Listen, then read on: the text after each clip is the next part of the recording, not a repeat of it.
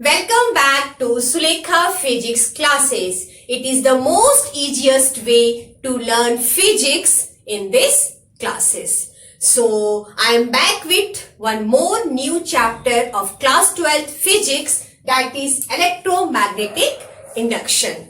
In this chapter, we will cover many topics like first magnetic flux, what is magnetic flux, then Faraday's experiment, Faraday's law, then after that self-induction, mutual induction, Lenz law, motional EMF, and at last eddy current. So we will cover all these topics one by one.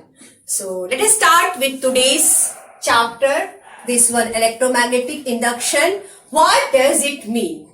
Okay, fine.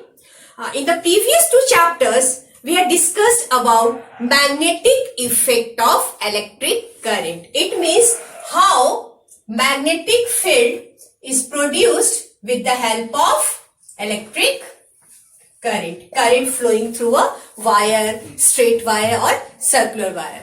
Can the reverse is true? Can we produce this electric current with the help of somehow magnetic field? Answer is what? Yes, we can produce electric current with the help of change in magnetic field, and this phenomenon is called electromagnetic induction. So I think you have understood what is electromagnetic induction. You can define in this way that the phenomenon of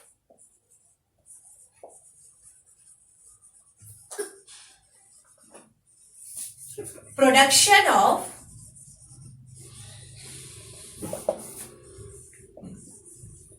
electric current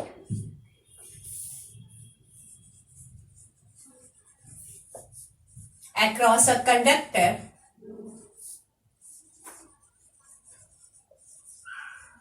due to what? Due to changing magnetic field. This phenomenon is called electromagnetic induction. So I think you understood what we have to study in this chapter, that how we can produce electric current with the help of some change in magnetic field. And Faraday was the first person who explained this phenomena, how we can produce electric current with the help of magnetic field. But before starting Faraday's experiment, you must know about magnetic flux. What is this magnetic flux? Magnetic flux. You already studied about electric flux and you know very well what is magnetic flux. The symbol for this flux is phi. And in case of magnetic flux, we use phi b. What is this magnetic flux?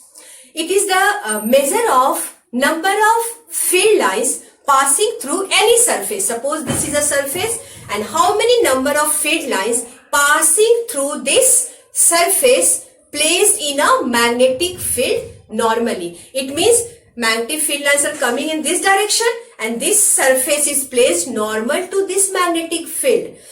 In this case, how many number of field lines passing through this surface placed in this magnetic field normally? If magnetic field lines is perpendicular to this plane surface area, it means, and you know, area vector is always normal to this area. So if area vector and magnetic field lines are in the same direction, in that time maximum number of lines passing through the surface. So what is this magnetic field? You can write, it is measure of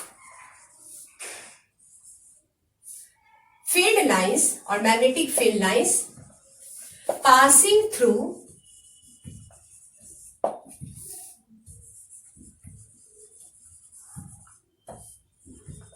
any surface. That surface is placed in magnetic field. How it is placed in magnetic field? Normally. This one is very important. This plane surface is placed in magnetic field. this plane surface is placed in magnetic field normally. Suppose this is a plane surface and magnetic field lines enter through this surface perpendicularly, normally. So we can't show on this blackboard, so I can use the direction of magnetic field as this one. This magnetic field is passing through this closed surface normally, and you know area of this plane surface, suppose A. So what is the direction of area vector? Area vector is always perpendicular to this area, and magnetic field is also normal to this area. It means area vector is in this direction, represented by A, this vector, and magnetic field is also in this direction. If area vector and magnetic field both are in same direction, then at that time maximum number of lines passing through this surface. It means maximum flux is there. So mathematically you can write what is the formula for this magnetic flux? B dot A. Okay, B is magnetic field, this A is area vector. And suppose the angle between this B and A, in this case, if both are along the same direction, angle is 0. But at some time, suppose you rotate this plane and magnetic field is still in this direction. You rotate this plane, okay, like this one.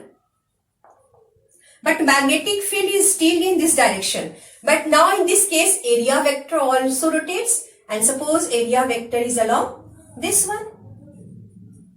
Okay, perpendicular to the area is area vector. And suppose the angle between this magnetic field and area vector is theta. In this time, angle is not 0. So number of lines passing through a surface decreases when angle you rotate the plane. And it becomes 0 when this plane becomes normal. Yani ki area vector and magnetic field, angle between that one is 90 degree. So rotation also, this number of field lines passing through a particular surface area also depends on the angle. So you can write B dot A is what? BA cos theta, right? Where what is theta? Theta is angle between this magnetic field and area vector, right? What type of quantity is this magnetic flux? It is a scalar quantity. Scalar quantity, okay? And its unit is what? Its SI unit is Tesla. Sorry, Tesla is the SI unit of magnetic field. This SI unit of this magnetic flux is Weber. WB. Okay. And 1 Weber you can write equal to what? 1 Tesla. This area is in meter square. 1 Tesla meter square. So why we discuss this magnetic field? Because it is important when we discuss about Faraday's experiment and Faraday's law. So I think magnetic flux is clear to all of you. Next, I am going to discuss about Faraday's experiment. How Faraday proved that we can produce electric current across a conductor due to change in magnetic field. Okay. So next, Faraday's experiment. I am going to explain Faraday's experiment.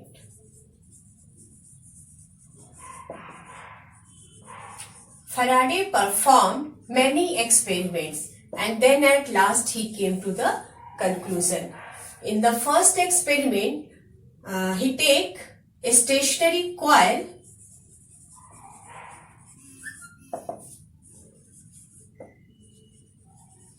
and moving magnet, okay? And what he observed, let us see. Moving magnet. In this one, first he take one coil, suppose this is a coil, okay, and a galvanometer is connected to this coil, right? And he placed one bar magnet near this coil. Suppose this is North Pole and this is South Pole. Now what happened? when this bar magnet moving closer or towards this coil, motion is towards this side. Motion of magnet towards coil. When this magnet is moving towards this coil, then what happens? This galvanometer shows some deflection towards right, suppose. Galvanometer is showing some deflection, it means some current is flowing through this coil. But there is no source of EMF, right? Or current. Again, he take another situation. This is a coil and again galvanometer is connected. And at this time, this magnet is moving away from the coil. This is North Pole and this is South Pole. This time, motion of magnet is towards this side. Motion of magnet away from the coil. Again, what he observed, when the magnet is moving away from this coil, again this galvanometer shows deflection towards left. First towards right, then towards left. Again, third time, he observed that, suppose, my drawing is not so good, still I am trying to explain. Suppose this time, there is no motion of magnet, right? The magnet is still remains at one place. This coil is stationary already. The magnet is also at rest. No motion of magnet. At this time, he observed that this galvanometer does not show deflection. No deflection in galvanometer. So he came to the conclusion why these things are there. Why when the magnet is moving towards this coil, then this galvanometer shows deflection in one direction. When this magnet is moving away from the coil, again the galvanometer shows deflection in another direction towards left.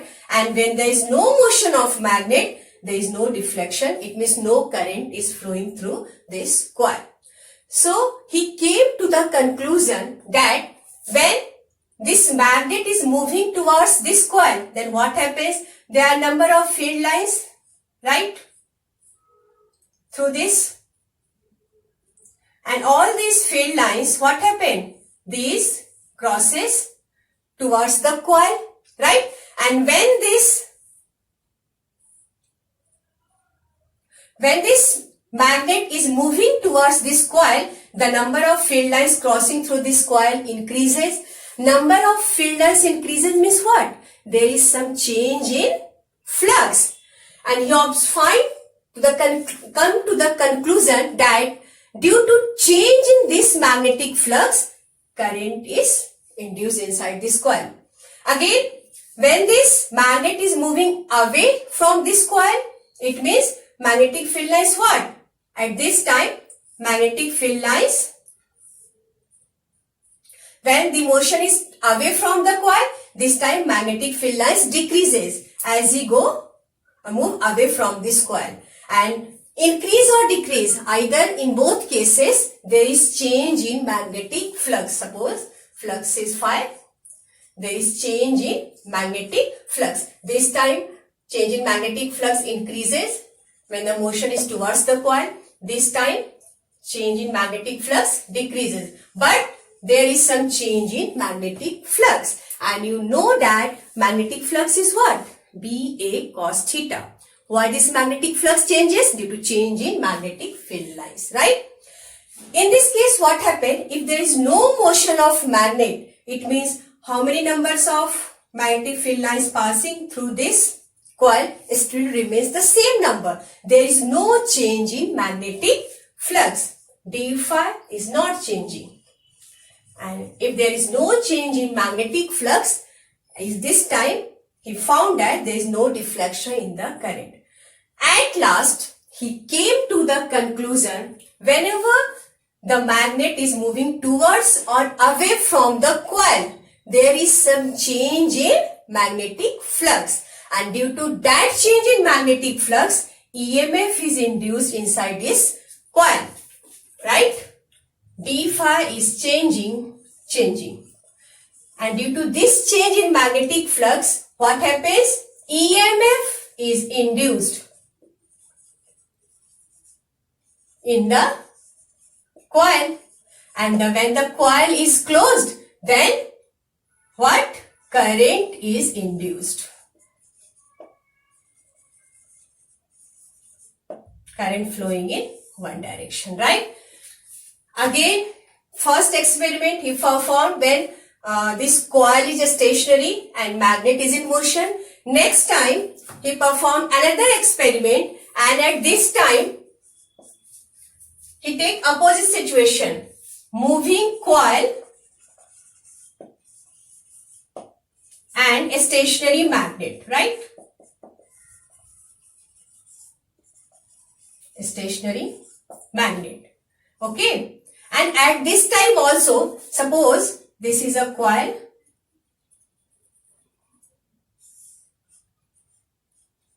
and galvanometer is connected to this coil, and this magnet is at rest. North pole and south pole. When this coil is moving towards or away from the magnet, again number of lines passing through this coil changes. And at this time also the galvanometer shows some deflection. So after all these observations, one more thing, when the motion of this magnet is fast or this coil is fast, then change in deflection of galvanometer also fast. It means more current is induced in the coil. So from all these experiments after performing, he came to the conclusion that whenever there is a change in flux linked with that coil, and EMF is induced in the coil, and due to that induced EMF, when the coil is closed, current is induced inside the coil, and current flows in one direction. These are all about Faraday's experiment. So he write some laws on the basis of this Faraday's experiment. There are two main laws of Faraday, that is first law and second law. Okay. So for next, Faraday's law. Faraday's law.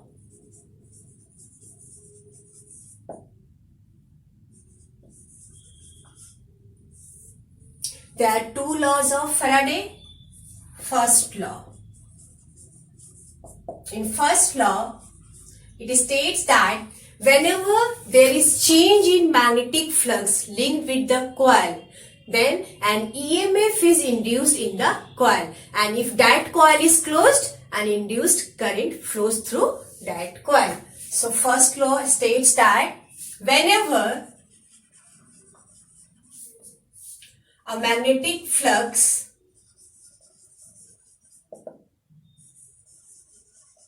linked with the coil changes,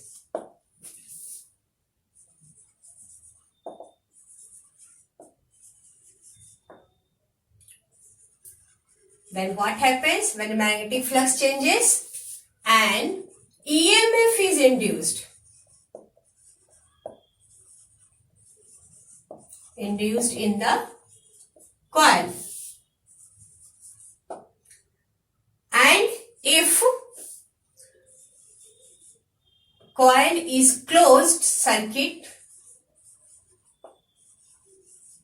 then an induced current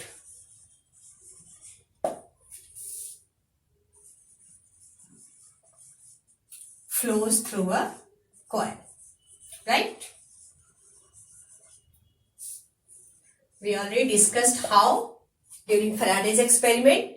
Okay, so this is Faraday's first law. Second law. Second law gives magnitude of that induced EMF. The magnitude of induced EMF is directly proportional to rate of change of magnetic flux linked with the coil. If the change is more, then current or EMF induced is more. If the change in magnetic flux is less, then EMF or induced current is less. So second law is the EMF, or you can write current, induced in a coil is equal to rate of change of magnetic flux linked with the coil. Right? The EMF induced in a coil is equal to rate of change of magnetic flux linked with the coil. Mathematically, you write, suppose we denote EMF by small e. Magnitude of this EMF E is equal to rate of change of magnetic flux d phi by dt. Okay. And what is the direction of this induced EMF? This is magnitude. What is the direction of this induced EMF and current? This is given by another law, that is called Lenz law. Lenz law, in that one, it gives direction of induced EMF or current which is produced through a coil whenever there is change in magnetic flux. So next, you write Lenz law. Okay, have written all these things. Copy it fast. Then Lenz law.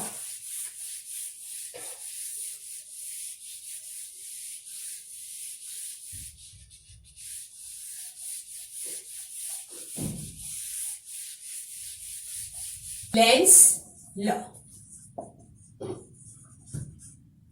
This Lenz law gives direction of induced EMF or induced current inside a coil. You know that magnitude of EMF is what? E equal to d phi by dt. This is magnitude. And what is direction of this one?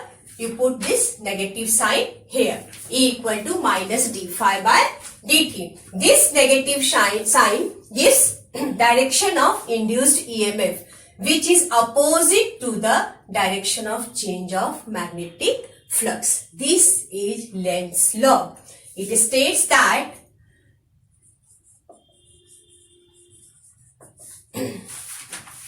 the direction of induced EMF, or you can say induced current, is such that it opposes the cause which produces it. And what is the main cause of this production of induced EMF? Due to change in magnetic flux. So you can write that is it opposes, main cause is it opposes the change in magnetic flux, right? If the induced EMF is produced by the increase in magnetic flux, then direction of this induced EMF or current is such that it opposes that increase in magnetic flux. It means it tries to decrease the magnetic flux, right?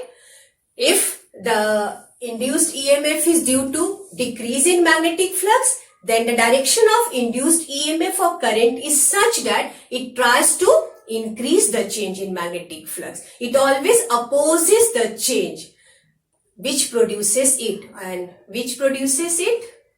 The change in magnetic flux. So it always opposes the direction of change in magnetic flux.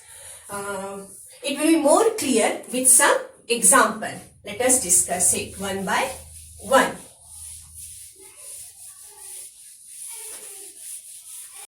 Determination of direction of induced current.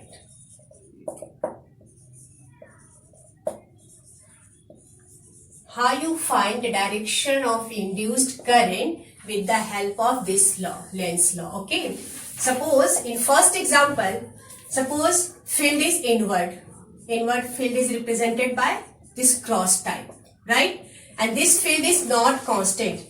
Suppose this field B is increasing, right? And you placed one coil inside this field, then what happens? Due to this change in magnetic field, flux is changing, and due to this change in magnetic flux, EMF is induced inside this coil, and also induced current is there.